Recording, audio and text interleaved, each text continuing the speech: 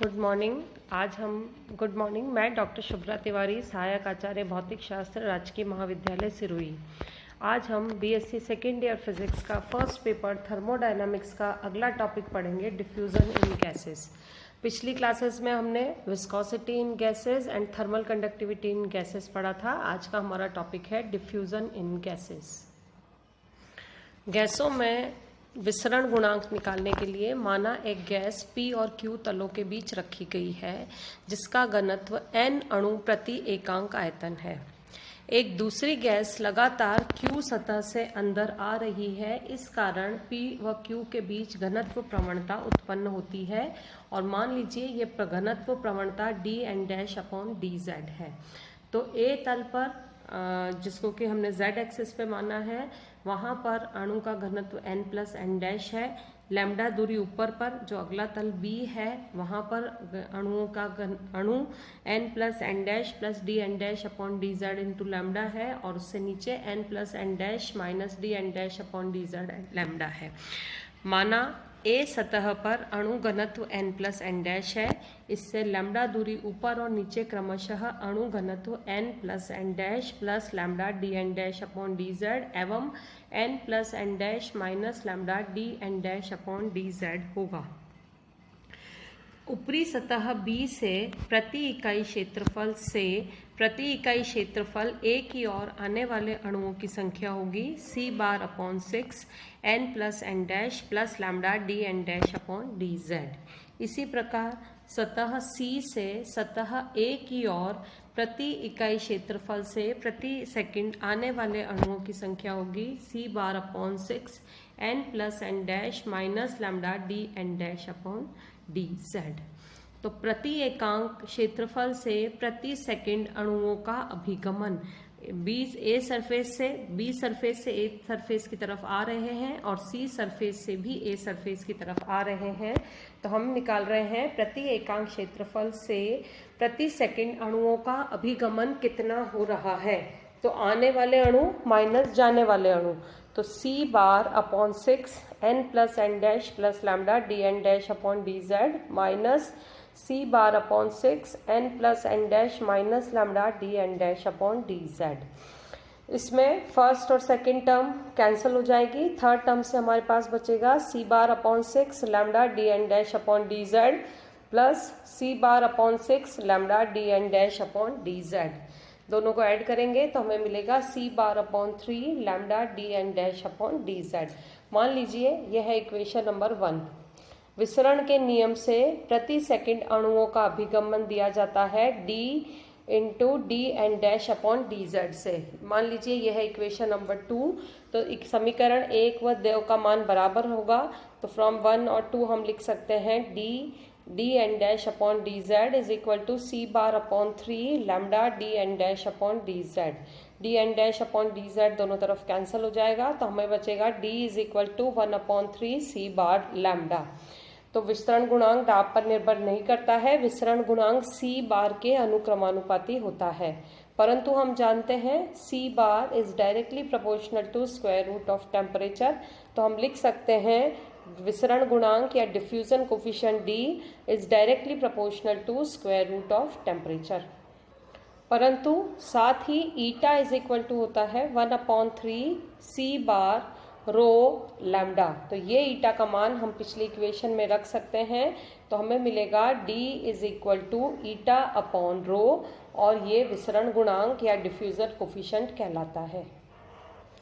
चलिए अब हम इस चैप्टर के कुछ एग्जाम्पल्स ले लेते हैं। फर्स्ट एग्जाम्पल है बेंजीन के एक अणु का व्यास ज्ञात करो जबकि प्रति एकांक आयतन में अणुओं की संख्या 2.79 इंटू 10⁻19 पर सेंटीमीटर क्यूब है तथा माध्य मुक्त पथ 2.2 इंटू 10⁻⁻6 सेंटीमीटर है।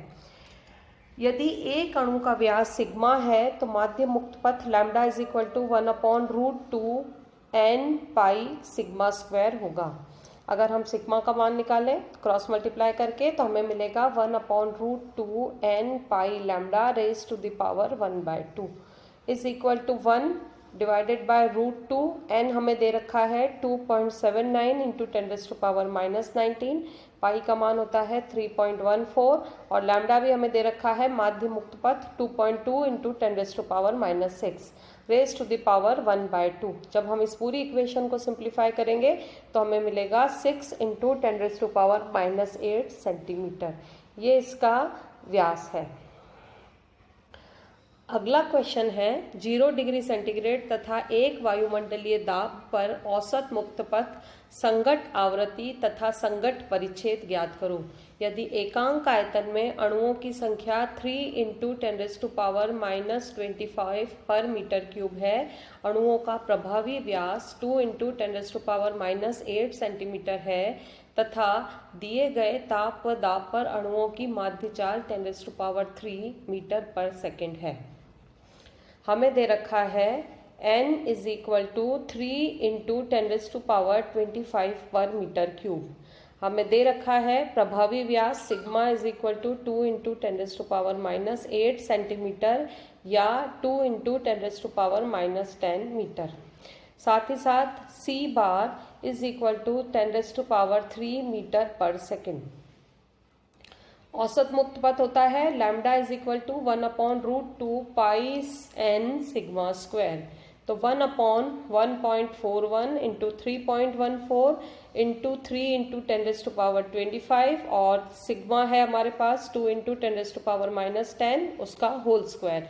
जब हम इसको सिंप्लीफाई करेंगे तो हमें मिलेगा 1.88 इंटू 10⁻⁻7 मीटर। अब यदि दो क्रमांकत संघटों के बीच अणु द्वारा चली गया औसत मुक्त पथ लैम्डा है, यदि अणु की औसत चाल c बार है, तो दो क्रमांकत संघटों के बीच औसत समय इज इक्वल टू होगा λ/c बार और प्रति सेकंड संघटों की संख्या जिसको कि हम संघट आवृत्ति या कोलिजन फ्रीक्वेंसी कहते हैं वो आएगी हमारे पास c बार बाय लैम्डा। तो c बार हमारे पास है 10⁻³ और लैम्डा है 1.88 इंटू 10⁻⁻7। तो इसको जब हम सिंप्लीफाई करेंगे तो हमें मिलेगा 5.52 इंटू 10⁻⁹ पर सेकेंड। साथ ही साथ संघट परिच्छेद कोलिजन क्रॉस सेक्शन वो हमारे पास होता है पाई सिग्मा स्क्वायर। तो 3.14 इंटू 2 इंटू 10⁻⁻10 का होल स्क्वायर। इसको सिंप्लीफाई करके हमें मिलेगा 1.256 इंटू 10⁻⁻19 मीटर स्क्वायर। अगला क्वेश्चन है 25 डिग्री सेंटीग्रेड ताप तथा 1 वायुमंडल दाब पर ऑर्गन का औसत मुक्त पथ ज्ञात कीजिए। आणविक व्यास दे रखा है 2.56 एंगस्ट्रॉम और बोल्ट्जमैन कांस्टेंट दे रखा है 1.38 इंटू 10⁻⁻2 टेम्परेचर हमें दे रखा है 25 डिग्री सेंटीग्रेड। जब हम इसको केल्विन में बदलेंगे तो हमारे पास आ जाएगा 298 केल्विन। प्रेशर दे रखा है 1 वायुमंडल, इसको जब हम सिंप्लीफाई करेंगे तो हमें मिलेगा 1.013 इंटू 10⁻5 न्यूटन पर मीटर स्क्वायर। के हमें दे रखा है 1.38 इंटू 10⁻⁻23 जूल केल्विन। सिग्मा हमें दे रखा है 2.56 एंगस्ट्रॉम या इसको हम लिख सकते हैं 2.56 इंटू 10⁻⁻10 मीटर। 1 ग्राम अणु गैस के लिए इक्वेशन होती है PV is equal to RT। इसको हम लिख सकते हैं PV is equal to NKT। एकांक आयतन में अणुओं की संख्या स्मॉल n दी जाती है n/v से, या इसको हम दे सकते हैं P/kT से ऊपर वाली इक्वेशन से। P का मान हमें दे रखा है 1.013 इंटू 10⁻5। K का मान है 1.38 इंटू 10⁻⁻23 और टेम्परेचर है 298। इसको जब हम सिंप्लीफाई करेंगे तो हमें मिलेगा 2.46 इंटू 10⁻25 पर मीटर क्यूब। माध्य मुक्त पथ जो कि लैम्डा से दिया जाता है उसका मान होता है lambda is equal to 1/√2 pi n sigma square. सारी वैल्यू सब्सटीट्यूट करके 1/1.41 इंटू 3.14 इंटू 2.46 इंटू 10⁻25 और ये हमारे पास है 2.56 इंटू 10⁻⁻10 का होल स्क्वायर। तो जब हम इसको सिंप्लीफाई करेंगे तो हमें मिलेगा 1.4 इंटू 10⁻⁻7 मीटर। अगला एग्जाम्पल है दाब P व ताप T पर किसी गैस के अणुओं का माध्य मुक्त पथ 2 इंटू 10⁻⁻5 सेंटीमीटर है। निम्न दशाओं में माध्य मुक्त पथ की गणना करो। पहली कंडीशन है P और 2T टेम्परेचर पे, दूसरी कंडीशन है 2P और T पर, और तीसरी कंडीशन है P/2 और 2T पर। चूंकि लैम्डा दिया जाता है, lambda is equal to 1/√2 pi n sigma square. इसको हम सिंप्लीफाई करके कर सकते हैं KT/√2 पाई P सिग्मा स्क्वायर। तो हमारे पास आ गया lambda is directly proportional to T, और दूसरी कंडीशन हमारे पास आई lambda is inversely proportional to P। ताप दुगना करने पर तथा दाब वही रखने पर माध्य मुक्त पथ दुगना हो जाएगा, अर्थात lambda at P and 2T is equal to 2 times lambda at P and T। तो P और T टेम्परेचर पे हमारे पास माध्य मुक्त पथ है 2 इंटू 10⁻⁻5 सेंटीमीटर। तो P और 2T टेम्परेचर पे इसका दुगना हो जाएगा, मतलब 4 इंटू 10⁻⁻5 सेंटीमीटर।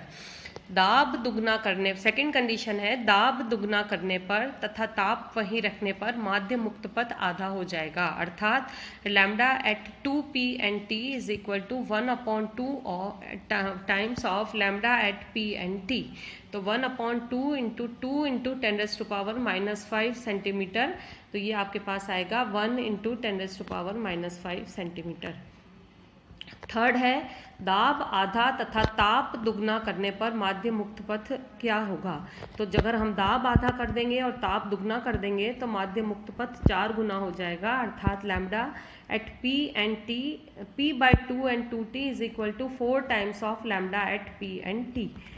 तो ये होगा आपके पास 4 इंटू 2 एंड इंटू 10⁻⁻5 सेंटीमीटर, तो ये हो गया 8 इंटू 10⁻⁻5 सेंटीमीटर।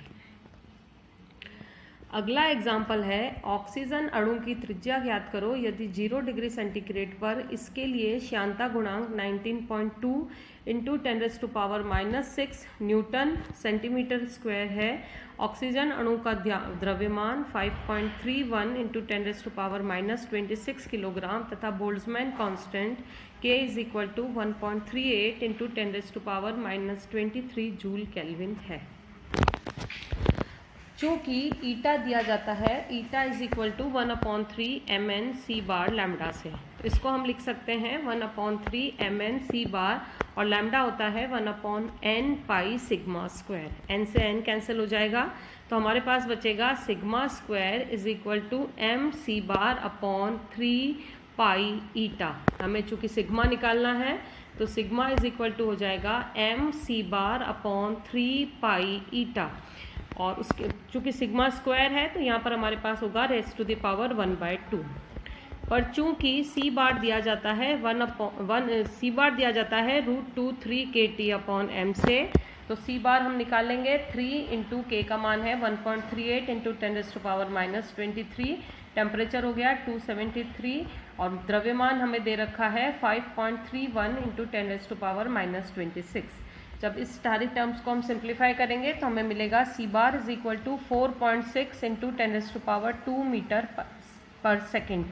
ये C बार का मान हम ऊपर वाली इक्वेशन में रखेंगे तो हमें मिलेगा sigma is equal to m है 5.31 इंटू 10⁻26, C बार हमारे पास अभी आया है 4.6 इंटू 10⁻2 डिवाइडेड बाय 3 इंटू पाई है 3.14, और ईटा हमें दे रखा है श्यानता गुणांक 19.2 इंटू 10⁻6, और उसके बाद है हमारे पास रेज़ टू द पावर 1/2। इसको जब हम सिंप्लीफाई करेंगे तो हमें मिलेगा sigma is equal to 3.6 into 10⁻10 metre. चूँकि हमें त्रिज्या निकालनी है, वो व्यास का आधा होता है, तो radius is equal to sigma by 2 is equal to 3.6 into 10⁻10 divided by 2, तो ये हमें मिलेगा 1.8 इंटू 10⁻10 मीटर। अगला एग्जाम्पल है, ऑक्सीजन के अणु की त्रिज्या ज्ञात करो यदि 0 डिग्री सेंटीग्रेड ताप पर ऑक्सीजन की ऊष्मा चालकता गुणांक K is equal to 24 into 10⁻³ joule per metre second, नियत आयतन पर विशिष्ट ऊष्मा CV 41.8 into 10⁻³ joule per kilogram mole degree तथा ऑक्सीजन का द्रव्यमान 5.31 इंटू 10⁻26 किलोग्राम है। चूंकि k इज इक्वल टू होता है ईटा सी वी और ईटा इज इक्वल टू होता है M C bar upon 3 pi sigma square. ये ईटा की वैल्यू हम ऊपर वाली इक्वेशन में रखें तो हम लिख सकते हैं k is equal to M C bar upon 3 pi sigma square into C V. साथ ही साथ सी बार होता है अंडर रूट ऑफ 3 के टी अपॉन एम। 3 के की वैल्यू रखें, टेम्परेचर रखें और द्रव्यमान रखें तो हमारे पास आएगा 4.6 इंटू 10⁻² मीटर पर सेकेंड। ये सी बार निकालने के बाद अगर हम सिग्मा निकालेंगे तो हमें मिलेगा M C bar C V upon 3 pi K. चूंकि हमें दे रखा है C V is equal to 41.8 into 10⁻³ joule per kilogram mole. ये सारे सब्सटीट्यूशन के बाद हमें सिग्मा मिलेगा square root of 5.31 into 10⁻26 into 4.6 into 10⁻² into C V दे रखा है 41.8 into 10⁻³ divided by 3 into pi 3.14 और के 24 इंटू 10⁻³ इंटू 32। इसको सिंप्लीफाई करेंगे तो हमें मिलेगा 3.749 इंटू 10⁻10 मीटर। चूँकि त्रिज्या इसकी आधी होती है तो r is equal to sigma by 2 तो 1.875 इंटू 10⁻10 मीटर।